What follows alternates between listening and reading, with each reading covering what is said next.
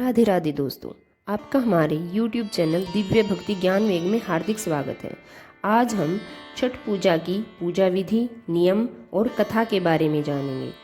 छठ पूजा को खासकर बिहार, यूपी और झारखंड में मनाया जाता है। यह त्यौहार 4 दिनों तक चलता है, जिसमें पहले दिन में नहाय खाए कहा जाता है, जिसमें घर की अच्छी तरह से सफाई की जाती है, स्नान करके शुद्ध भोजन बनाया जाता है, कद्दू भात यानी लौकी और चावल खाया जाता है और व्रत की शुरुआत की जाती है। दूसरा दिन खरना कहलाता है, जिसमें पूरे दिन बिना पानी के व्रत रखा जाता है। शाम को गुड़ की खीर और रोटी बनाई जाती है। पूजा करके प्रसाद ग्रहण किया जाता है और इसके बाद 36 घंटे तक निर्जला व्रत शुरू किया जाता है। तीसरा दिन संध्या अर्घ्य कहलाता है, जिसमें शाम को नदी या तालाब के किनारे जाते हैं। सूप में प्रसाद लेकर जाते हैं, जैसे ठेकुआ, फल यानी केला, नारियल। डूबते सूर्य को अर्घ्य देते हैं, गीत और पूजा की जाती है। चौथा दिन उषा अर्घ्य कहलाता है, जिसमें सुबह जल्दी उठकर घाट पर जाते हैं और उगते सूर्य को अर्घ्य दिया जाता है और सूर्य देव से प्रार्थना की जाती है तथा प्रसाद खाकर व्रत किया जाता है। इन चारों दिनों में कुछ खास नियमों का पालन किया जाता है, जैसे पूजा में साफ सफाई और पवित्रता का ध्यान रखें, केवल सात्विक भोजन करें, पूरी श्रद्धा और मन से पूजा करें। छठ पूजा में सूर्य देव और छठी मैया की पूजा की जाती है। मान्यता है कि छठी मैया को सूर्य देव की बहन माना जाता है।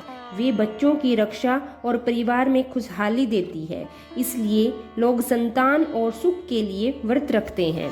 आज भी लोग नदी या तालाब के किनारे जाते हैं, डूबते और उगते सूर्य को अर्घ्य देते हैं और 36 घंटे का कठिन व्रत रखकर अपने दिल से प्रार्थना करते हैं कि हमारा परिवार खुश रहे, स्वस्थ रहे। अब हम छठ पूजा में सुनी जाने वाली कर्ण की कहानी सुनेंगे। बहुत समय पहले की बात है, जब महाभारत काल चल रहा था, एक महान योद्धा पैदा हुआ जिसका नाम था कर्ण। कर्ण की माँ कुंती थी। एक दिन कुंती को एक ऐसा वरदान मिला कि वो किसी भी देवता को बुलाकर संतान प्राप्त कर सकती हैं। जिज्ञासा में उन्होंने सूर्यदेव को बुलाया और सूर्यदेव प्रकट हुए और एक तेजस्वी पुत्र दिया। वही था कर्ण। कर्ण जन्म से ही कवच और कुंडल लेकर पैदा हुआ था, जो उसे अजेय बनाते थे। लेकिन समाज के डर से कुंती ने कर्ण को एक टोकरी में रखकर नदी में बहा दिया। उसे एक सारथी यानी रथ चलाने वाले और उसकी पत्नी ने पाला।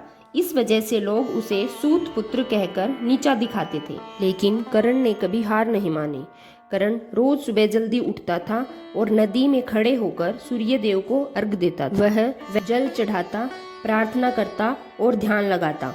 उसकी भक्ति इतनी सच्ची थी कि सूर्य देव हमेशा उस पर प्रसन्न रहते थे। सूर्य देव की कृपा से कर्ण बहुत शक्तिशाली योद्धा बना, कभी किसी से नहीं डरा और सबसे बड़ी बात, वह बहुत बड़ा दानी था। उसे दानवीर कर्ण भी कहा जाता है। कोई भी उससे कुछ मांगता पर वह कभी मना नहीं करता। जब महाभारत का युद्ध हुआ, कर्ण ने बहुत बहादुरी से युद्ध किया। हालांकि अंत में उसकी मृत्यु हो गई, लेकिन उसका नाम अमर हो गया। कहा जाता है कि कर्ण ही पहला व्यक्ति था जिसने नदी में खड़े होकर सूर्य देव को अर्घ्य देने की परंपरा शुरू की।